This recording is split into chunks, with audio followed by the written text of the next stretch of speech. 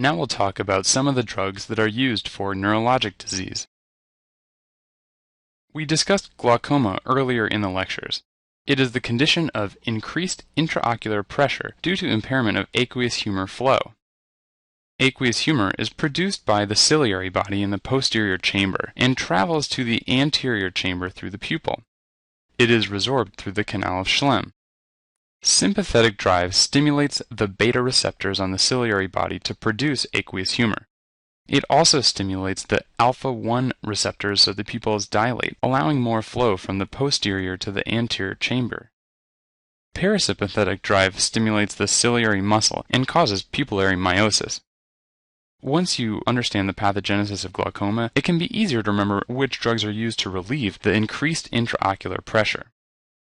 Alpha agonists decrease aqueous humor production, and brimonidine also increases the outflow of aqueous humor. The beta blockers decrease the production of aqueous humor and may also reduce secretion. There are no ophthalmic side effects, but timolol is the most likely drug to have systemic side effects. In patients with a normal nasolacrimal duct, the eye drops can drain to the nasal mucosa and be absorbed directly into the bloodstream, bypassing the hepatic metabolism that would usually affect timolol taken by mouth.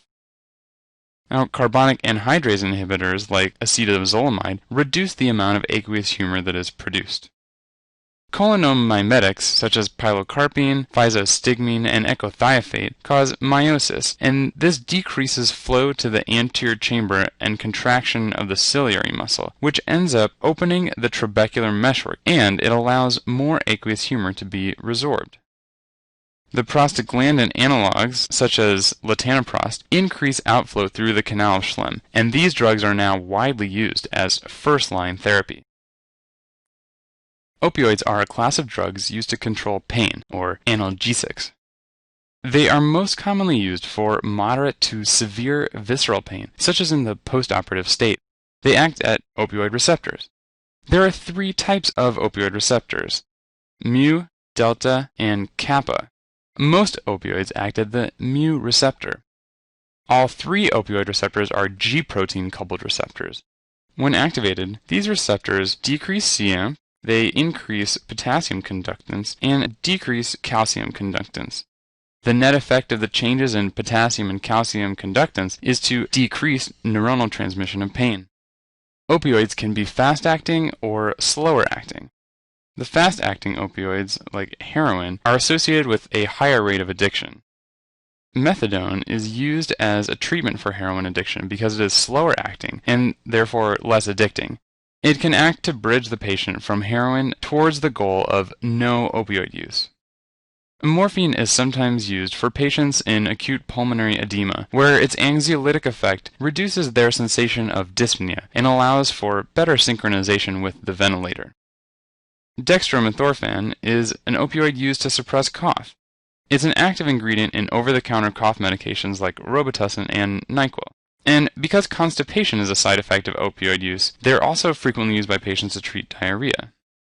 The most dangerous sequela of opioid overdose is respiratory depression, which can lead to death. And what is the treatment for opioid overdoses?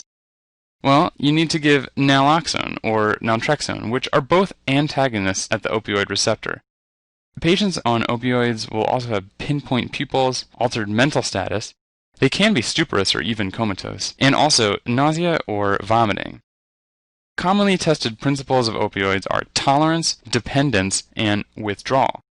Tolerance develops to most effects of opioids.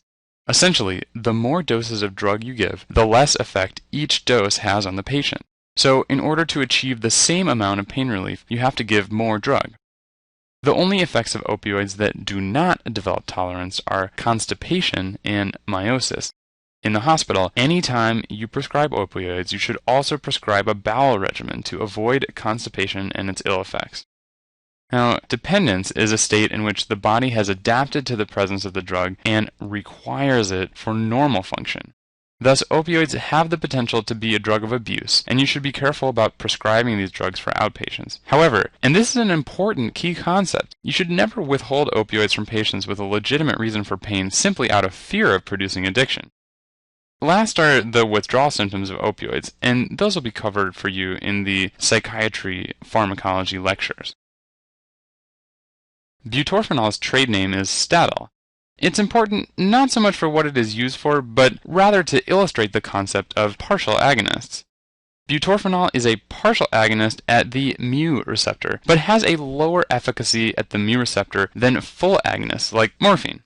So what happens? In the presence of a full opioid agonist, butorphanol competes for mu receptors with morphine, but it isn't as good at activating the G protein coupled receptors. So there's less of an opioid effect. Taken to the extreme, this can cause withdrawal symptoms if the patient was previously taking a full opioid agonist and is given butorphanol. Now, it is equally as efficacious as morphine in relieving moderate pain, but it is less effective for alleviating severe pain.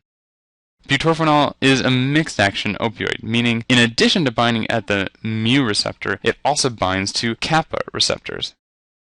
The good thing is that butorphanol and other partial agonist drugs have less likelihood of causing respiratory depression in patients. Tramadol is another opioid agonist, but it acts on other receptors as well.